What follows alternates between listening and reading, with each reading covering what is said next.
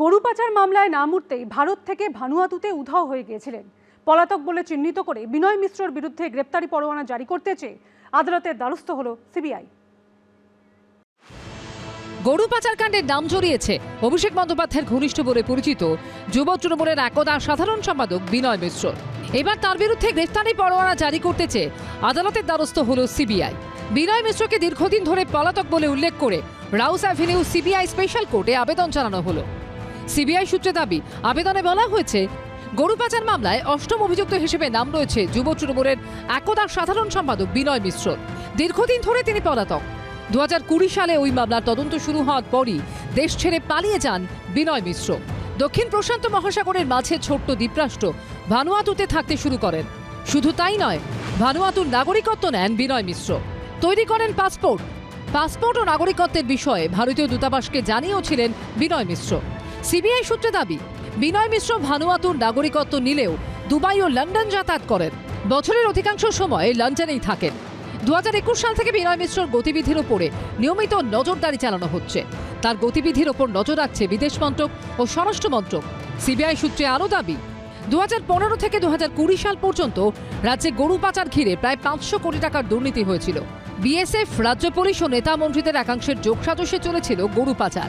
আর সেই দুর্নীতির কালো টাকা তৎকালীন প্রভাবশালীদের কাছে পৌঁছে গেছিল যুব তৃণমূলের একদা সাধারণ সম্পাদক বিনয় মিশ্রর মাধ্যমে। যে কোনোভাবে দেশের মধ্যে আইন ভঙ্গকারী লোকজন তারা যে যারই ঘনিষ্ঠ হোক না কেন তাকে ফেরত আসতে হবে, একথা ঠিক। মানুষ একটা জিনিস পরিষ্কারভাবে বোঝাতে পেরেছে এবারে নির্বাচনে, যে এই ধরনের অন্যায়কারীদের তাদের সঙ্গে থাকবেন না। সিবিআইয়ের তদন্ত সিবিআই বলতে পারবে ওরা কিভাবে তদন্ত করে। আমি একজন লয়ার হিসাবে, আমি একজন কোর্ট অফিসার হিসাবে আমি জানি না ওদের ইনভেস্টিগেশন। আমি তো অনেক মামলা দেখছি। 2014 সালে যে মামলা শুরু হয়েছে তার ফাইনাল ফর্মের চার্জশিট 2026 পর্যন্ত দেওয়া হয়নি। সুতরাং এদের তদন্তের কোনো ঠিক ঠিকানা নেই। এরা চাইছে যে কি করে আমাদের সঙ্গে নখকে যুক্ত করে দিয়ে আমাদেরকে মানুষের সামনে ছোট করা। সিবিআই সূত্রে খবর, 7ই আগস্ট রাউস অ্যাভিনিউ কোর্টে তাদের তরফে বিনয় মিশ্রের বিরুদ্ধে গ্রেফতারি পরোয়ানা চেয়ে আবেদন জানানো হয়েছে। এই আবেদনে শুনানি রয়েছে 13ই আগস্ট। আবির দত্ত, দীপক ঘোষ ও অনির্বাণ বিশ্বাসের রিপোর্ট, এবিপি আনন্দ। বীরভূমের পাথর ব্যবসায়ী টুলু মণ্ডল, সে কোথায়? এখনো তার খোঁজ পাওয়া যায়নি। আর ইতিমধ্যেই গ্রেপ্তার তার আরও 3 ম্যানেজার, ধৃত রিপন মণ্ডল, শেখ রিয়াজুল ইসলাম, শেখ নূর আলম। এ বিষয়ে আরও বিস্তারিত জানাবেন আমাদের সঙ্গে টেলিফোন লাইনে রয়েছেন প্রতিনিধি পার্থ প্রতিম ঘোষ। পার্থ, গত 29শে জুলাই যখন টুলু মণ্ডলের এই যে বিপুল পরিমাণে টাকা উদ্ধার হয় মিনার মণ্ডলের বাড়ি থেকে, এবং তারপর থেকেই হচ্ছে ফের তার অনেক আগে থেকেই টুলু মণ্ডল হচ্ছে অন্যত্র চলে গিয়েছিল, এবং টুলু মণ্ডলের খোঁজ যখন পুলিশ তারপর থেকে শুরু করে কোন রকমভাবে খোঁজ পাচ্ছিল না।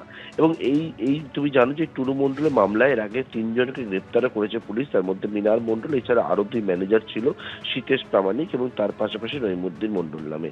এবং এই টুলু মণ্ডলের এই যে সিন্ডিকেটটা যারা চালাতো তাদের বাকিদের যখন খোঁজ শুরু করছিল, তখন পুলিশের কাছে গোপন সূত্রে খবর দিয়ে শান্তিনিকেতনে সোনাঝুরির কাছে একটা গ্রামে, সেখানে হচ্ছে এই 3 জন যারা হচ্ছে টুলু মণ্ডলের একদম অ্যাসোসিয়েট এবং ম্যানেজার হিসেবে কাজ করতো, তারা হচ্ছে লুকিয়ে রয়েছে।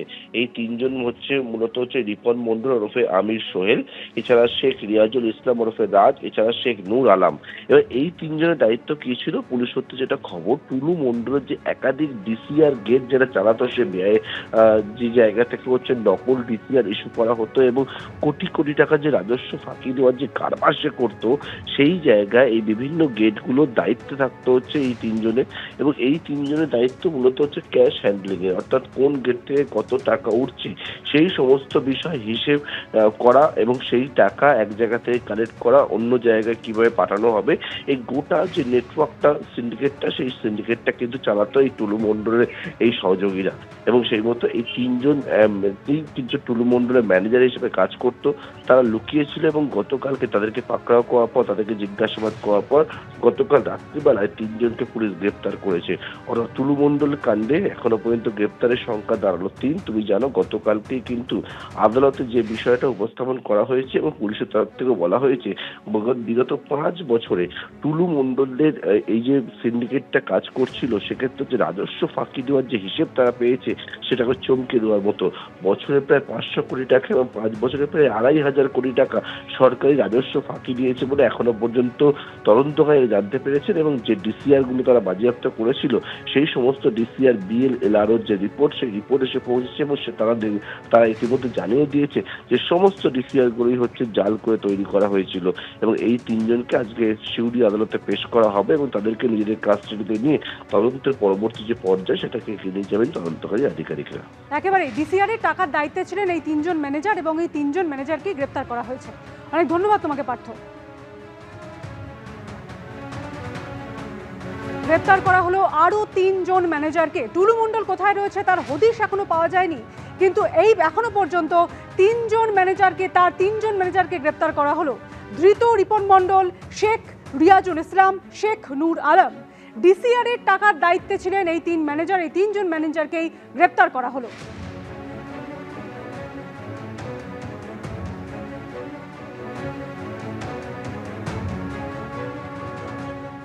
সোমবার ডেবরায় চাকরি প্রতারণা মামলায় সিআইডির কাছে হাজিরা দিলেন অভিষেক বন্দ্যোপাধ্যায়ের আপ্তসহায়ক সুমিত রায়।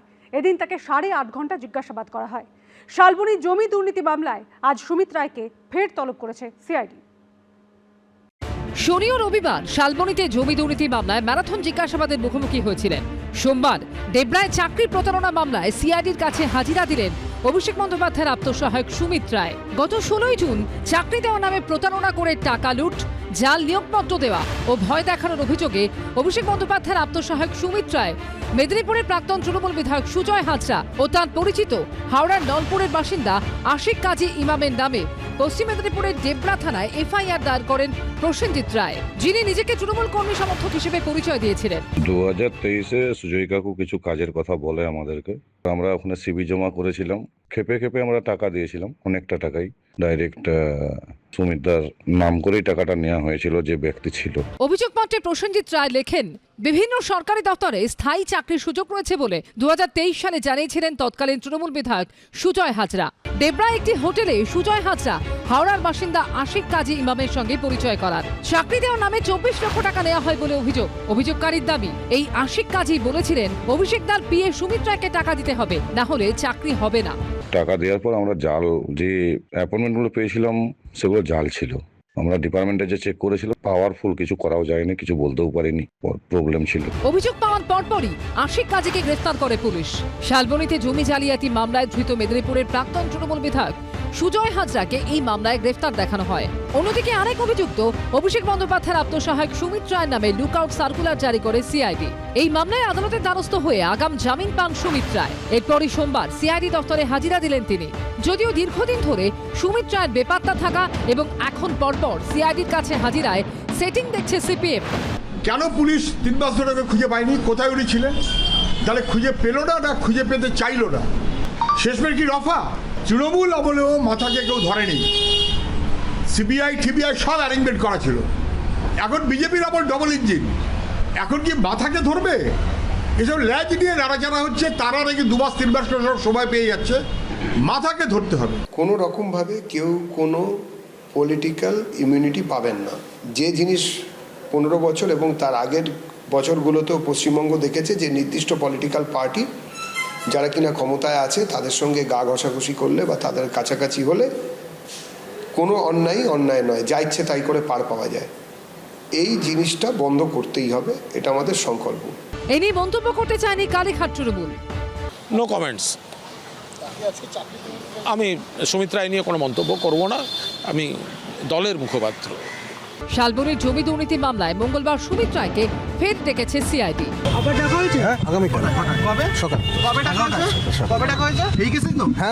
পার্থপ্রতিম ঘোষ, বিশ্বজিৎ দাস ও গৌতম মণ্ডলের রিপোর্ট, এবিপি আনন্দ। এবিপি আনন্দ, এগিয়ে থাকে, এগিয়ে রাখে।